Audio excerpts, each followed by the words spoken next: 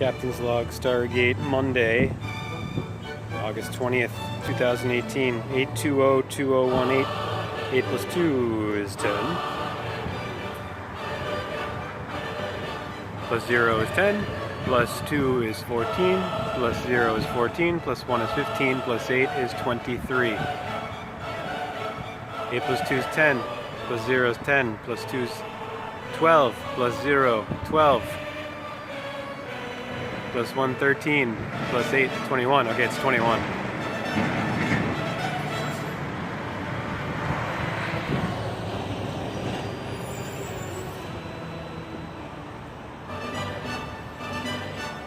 Day, 2 plus 1 is 3.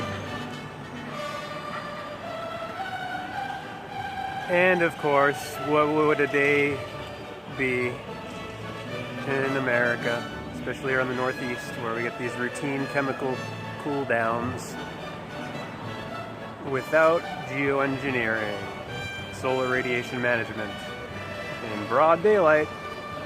There it is. See those big cumulus clouds, right? Those, well, are those natural? See, we can't even know anymore.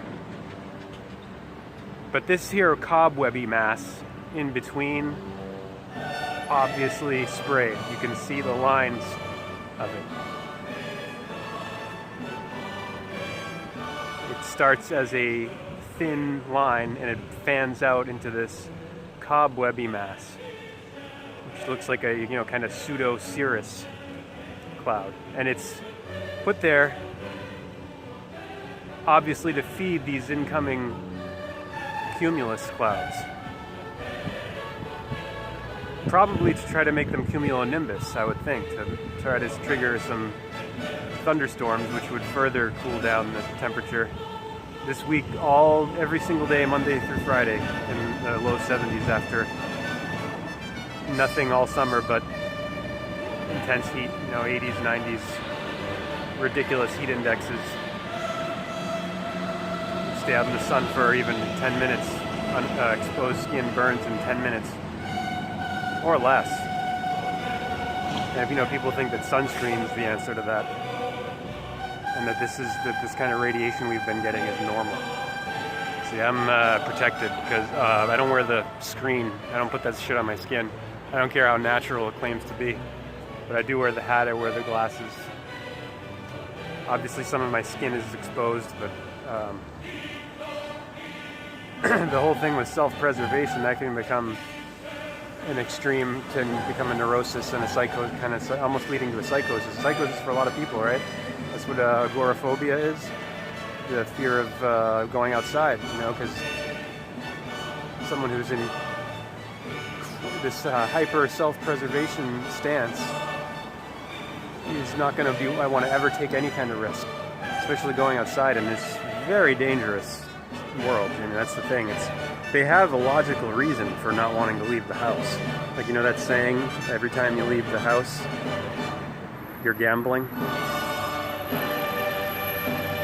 Driving around all the time. We're all constantly at death's door, and people generally don't even think about it. Driving in these death boxes that are killing the atmosphere with their carbon output. Not just the cars, of course, but all of industry.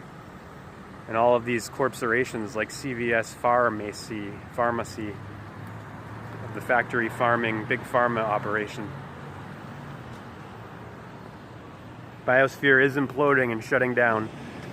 There's a band-aid being put on it called geoengineering, and they've been doing it for decades because they've known for decades, going back into the early 20th century, that industry would inevitably lead to the collapse of the biosphere because it would put so much pressure on the life support systems of the planet, of Gaia, of geometry.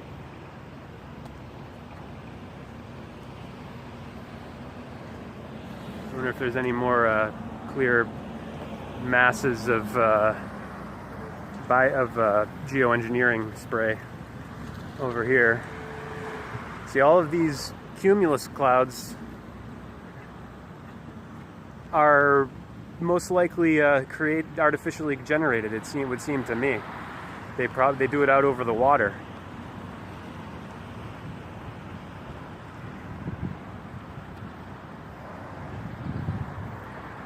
poor birds have to fly in all this toxicity of metals, manganese, lead, aluminum, strontium, among others, all the chemicals they're spraying. The operation is called transhumanism, and we're in post-human society already right now. This is why people don't care, because it's post-human. Human is humane, it's care. It's living from the heart center, from the earth. Care for the earth comes from living from the heart, not from the, thinking, not from intellect alone, but from intellect and feeling, or science and religion. So I'm going to move on now over, continue my afternoon. Namaste, Hare Krishna, Hallelujah. While you're enjoying this, so-called beautiful weather. It's beautiful, right? It feels like San Diego today, but you should realize that it's only made possible by chemical cooldowns and atmospheric manipulation through use of microwave transmissions and aerosol sprays.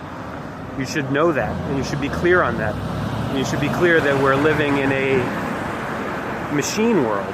This is not a humane world. Walk through any urban center, get out of the car and take a walk, and consider that you're living in not a world for humane beings, but a world for machines. This is why we have, the society of now consumerism, of customer service or customer slavery, where the customer is always right. People still walk around with that in their heads when they're out shopping, that they can do no wrong, as long as they're paying, of course. If they're paying, they can do whatever they want. They can treat you like garbage. And this is how most people do treat the people working in the service or slavery industry, like garbage. Treat them like, and you know that when you decide to live, or when you work for a living as a customer service agent or a customer slave agent. That's what service is. Look up the etymology of service, servant, servile. It's all interwoven with slavery. That's why the S and the V and the re and the R and the and the re and the R and the ra and the re, all these different phonetics associated with R, such as who we are 100% for a reason, a raison. Our Father who art in heaven, hallowed be thy name. Thy kingdom come, thy will be done on earth as it is in heaven. Give us this day our daily bread, and forgive us our karma as we forgive the karma of others. Lead us not into temptation, deliver us from evil, for thine is the kingdom and the power and the glory forever.